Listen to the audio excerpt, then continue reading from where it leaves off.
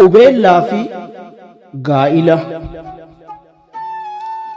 Durdurii namni jaalala dhugaa onni irraa wal jaalatee gaafa boruu egeree fi jireenyaaf wal abdate kiyyoo jaalalaa keessatti jaalalaan wal gaadi'ee sulula rakkoo bu'ee tulluu quufaa qaari'ee hundaa waliin simatuu fi haala jiruuf jireenyaa gaddas ta'ee gammachuu waliin taanee dandeenyaa jechuun irbuu jaalalaa kakuudhaan dabaalanii jaalala wobeeffachuun waadaa waliif galanii ragaa gaa'ilaa malee kan bultii ijaaratan kabajaa fi jaalalaan bara dheeraa jiraatan.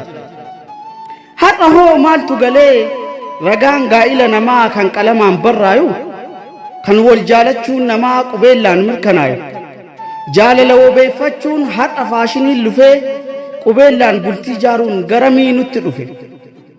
Wal fuunee waliin buluu fi wal amanuu dadhabnee waliigallee jiraachuu fi waliigaltee katabne kunoo waliigaltee jaalalaa daldala fakkeessina qubeellaan waliigallee qubaan mallatteessina. Kiiloon jaalala dhugaa qubeellaan madaalame namni amantaa dhabee waraqaan amaname waraqaan bishaan tuqnaanii waadaa eegeen dandeenye qubeellaan gaafa huqqatanii qubarra naman teenne qubeellaan bu'ee badu waraqaan tatarsa'u mee ulaagaa maaliitiin ragaa gaa'ilaa ta'u. Na dhageettu yaa dhiiroo akka ameessa bonaa onneen jaalala bu'ee qalbiin jaalala deegee miirri jaalalaa du'ee waadaan jaalala dhugaa onnee keessaa gabba'ee akka haaluuf tolutti fiixee qubaarrarra'e malee silaa akka dhugaatti silaa waadaan jaalalaa fiixee qubaarran taa'u waliigalteen gaa'ilas qalamaan hin barraa'u.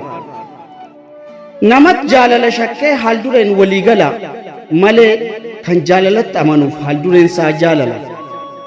Utubaa rirmi nyaanne jaalalaan sumudataa jaalalaan qabdoo qabee jaalalaan utubata. Atillee obboleesso jaalala qubee seetee qubee qubarra taa'u gaa'ila salphaa seetee kan qalamaan barraa'u yoo qobboo muka seetee qobboon mana maagartee gaafa shomboqqoon utubdee shomboqqoodhaan ijaarte akka bittaa fi gurgurtaatti waliif mallatteessinaani qubeellaa wobeeffattee jaalala xiqqeessinaani qubeellaas qubat argaa ragaas qubat kataba dubbii qubarra dhume onneen maal quba qaba. Edaa qubaan bultii ijaaranii kan onneen quban qabne kanaaf warra wal fuudhan hedduu wal biraa dhabne.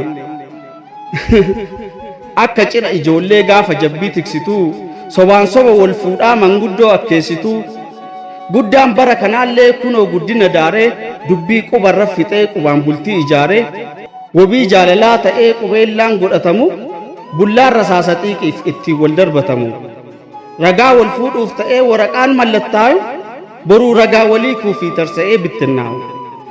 Kanaaf isiniin jedha qubeellaa fi gaa'illi tasa walitti hin dhufu manni jaalalaan jaaran bubbeen raafameen kufu garuu waraqaan namni abdatee bultii ittiin ijaaratu gaafa manni dhimmise ofiiyyuu hin dandamatu.